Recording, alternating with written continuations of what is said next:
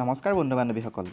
আজি 10 মে দেওবাৰ, সপ্তাহটোৰ 30টা অতি গুৰুত্বপূৰ্ণ কাৰেণ্ট এফেয়াৰ্ছৰ সৈতে মই আকাশজ্যোতি নেওগে মোৰ চেনেল আছামিজ ইডু হাবলৈ আপোনাক স্বাগতম জনাইছোঁ। আপুনি যদি মোৰ চেনেলটো নতুনকৈ চাই আছে, চেনেলটো ছাবস্ক্ৰাইব কৰি ল'ব আৰু কাষতে থকা বেল আইকনটো বজাই ল'ব, যাতে এনেকুৱা ধৰণৰ শিক্ষামূলক গুৰুত্বপূৰ্ণ ভিডিঅ'সমূহ সকলোতকৈ আগতে পায়। অসম চৰকাৰৰ যিকোনো প্ৰতিযোগিতামূলক পৰীক্ষাত সহায় হোৱাকৈ নিয়মিতভাৱে এই চেনেলত ভিডিঅ' আগবঢ়াই যাম। আপুনি যদি প্ৰতিযোগিতামূলক পৰীক্ষাৰ বাবে প্ৰস্তুতি চলাই আছে, মোৰ প্ৰতিটো ভিডিঅ' চাব বুলি আশা ৰাখিলোঁ। আজিৰ এই ভিডিঅ'টো আপুনি 10জন বন্ধুৰ মাজত শ্বেয়াৰ কৰি দিব। আহক এতিয়া আমি প্ৰশ্নকেইটা চাই লওঁ।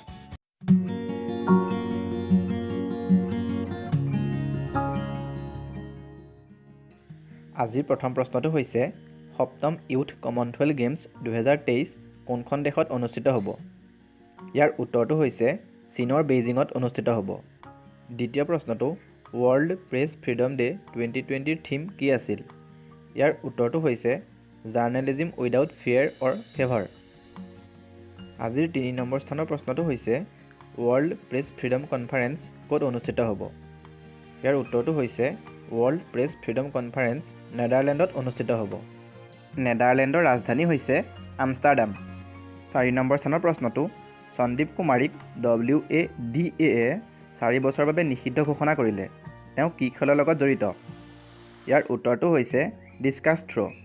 সন্দীপ কুমাৰী এগৰাকী ভাৰতীয় মহিলা ডিস্কাছ থ্ৰ'ৱাৰ। WADAৰ ফুল ফৰ্ম হৈছে world anti doping agency. 5 number স্থানৰ প্ৰশ্নটো হ'ল ভাৰতীয় ৰিজাৰ্ভ বেংকে কোনটো বেংকৰ লাইচেন্স বাতিল কৰিলে? ইয়াৰ উত্তৰটো হৈছে CKP কৰ্পৰেশ্যন বেংক। ভাৰতীয় ৰিজাৰ্ভ বেংকে CKP কৰ্পৰেশ্যন বেংকৰ লাইচেন্স বাতিল কৰিলে। 6 নম্বৰ স্থানৰ প্ৰশ্নটো হ'ল প্ৰহ্লাদ সিং পাটিলে মুকলি কৰা ই-বুকৰ নাম কি? ইয়াৰ উত্তৰটো হৈছে professor BB Lal India rediscovered. ইয়াৰ পিছৰ প্ৰশ্নটো হৈছে ministry of micro' small and medium এণ্টাৰপ্ৰাইজৰ ছেক্ৰেটেৰী কোন? ইয়াৰ উত্তৰটো হৈছে অৰবিন্দ কুমাৰ শৰ্মা।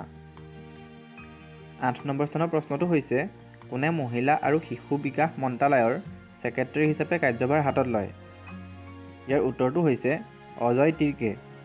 অজয় তিৰ্কেই অলপতে মহিলা আৰু শিশু বিকাশ মন্ত্ৰালয়ৰ ছেক্ৰেটেৰী হিচাপে কাৰ্যভাৰ হাতত লয়। 9 নম্বৰ স্থানৰ প্ৰশ্নটো হ'ল কোনটো ভাৰতীয় প্ৰতিষ্ঠানে বেছি ইনফেকশ্যন প্ৰ'ন এৰিয়াৰ বাবে ultraviolet disinfection tower UV blaster chemical free disinfection তৈয়াৰ কৰি উলিয়ালে? ইয়াৰ উত্তৰটো হৈছে DRDO। DRDOৰ ফুল ফৰ্ম হৈছে defence research and development organisation. DRDOৰ মুখ্য কাৰ্যালয় নতুন দিল্লীত অৱস্থিত। 10 নম্বৰ প্ৰশ্নটো হৈছে নন এলাইন মুভমেণ্ট কণ্টেণ্টৰ চেয়াৰমেন কোন? ইয়াৰ উত্তৰটো হৈছে ইলহাম এলিয়েভ। ইলহাম এলিয়েভ হৈছে নন এলাইন মুভমেণ্ট কণ্টেণ্টৰ চেয়াৰমেন। 11 নম্বৰ স্থানৰ প্ৰশ্নটো হ'ল জম্মু কাশ্মীৰ ফটো জাৰ্নেলিষ্ট কেইজনৰ নাম কি যিয়ে পুলটজাৰ প্ৰাইজ পাইছে? ইয়াৰ উত্তৰটো হৈছে মুখতাৰ খান, য়াছিন ডাৰ আৰু ছান্নী আনন্দ। ইয়াৰ পিছৰ প্ৰশ্নটো হৈছে ৰাছিয়াই আৰ্কটিকা M নিক্ষেপ কৰাৰ কাৰণ কি? ইয়াৰ উত্তৰটো হৈছে আৰ্কটিক জলবায়ুৰ ওপৰত নিৰীক্ষণ কৰিবলৈ। 13 নম্বৰ স্থানৰ প্ৰশ্নটো হৈছে বিশ্ব এজমা দিৱসৰ থিম কি আছিল? ইয়াৰ উত্তৰটো হৈছে এনাফ এজমা ডেথ। 14 নম্বৰ প্ৰশ্নটো হ'ল বিশ্ব হাঁহি দিৱস কেতিয়া পালন কৰা হয়?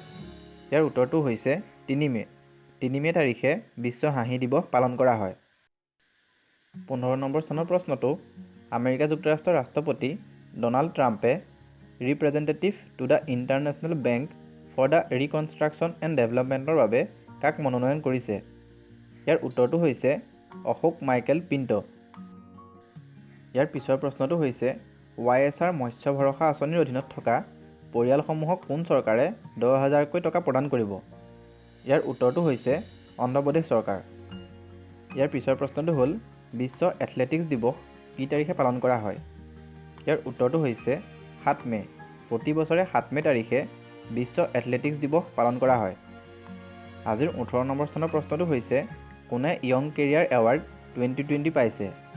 ইয়াৰ উত্তৰটো হৈছে সৌৰভ লোধা।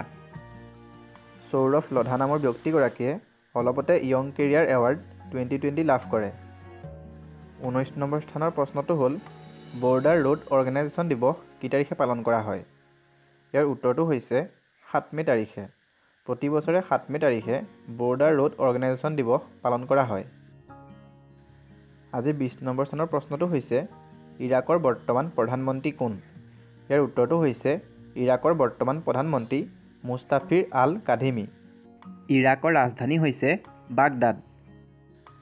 ইয়াৰ পিছৰ প্ৰশ্নটো হৈছে বিশাখাপট্টনমৰ আৰ ভেংকাটালুৰামৰ কেমিকেল প্লেণ্টত কি গেছ নিঃসৰণ হৈছিল? ইয়াৰ উত্তৰটো হৈছে ষ্টাইৰিন মনোমাৰ গেছ।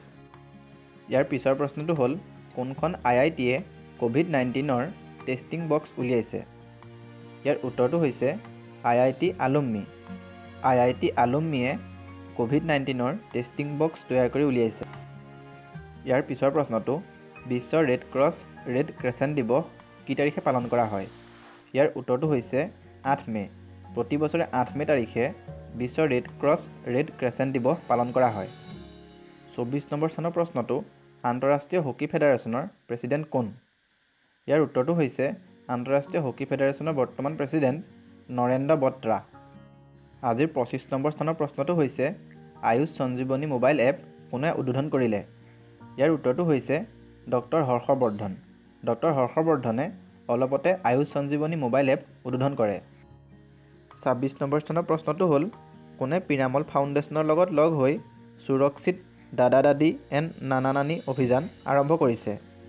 ইয়াৰ উত্তৰটো হৈছে নীতি আয়োগ। নীতি আয়োগে পিৰামল ফাউণ্ডেশ্যনৰ লগত লগ হৈ সুৰক্ষিত দাদা দাদি এণ্ড নানা নানী অভিযান আৰম্ভ কৰিছে। ইয়াৰ পিছৰ প্ৰশ্নটো হৈছে ভাৰতীয় ৰিজাৰ্ভ বেংকৰ চেণ্ট্ৰেল বৰ্ডৰ ডাইৰেক্টৰ হিচাপে কোনে নিযুক্তি ল'লে? ইয়াৰ উত্তৰটো হৈছে তৰুণ বাজাজ।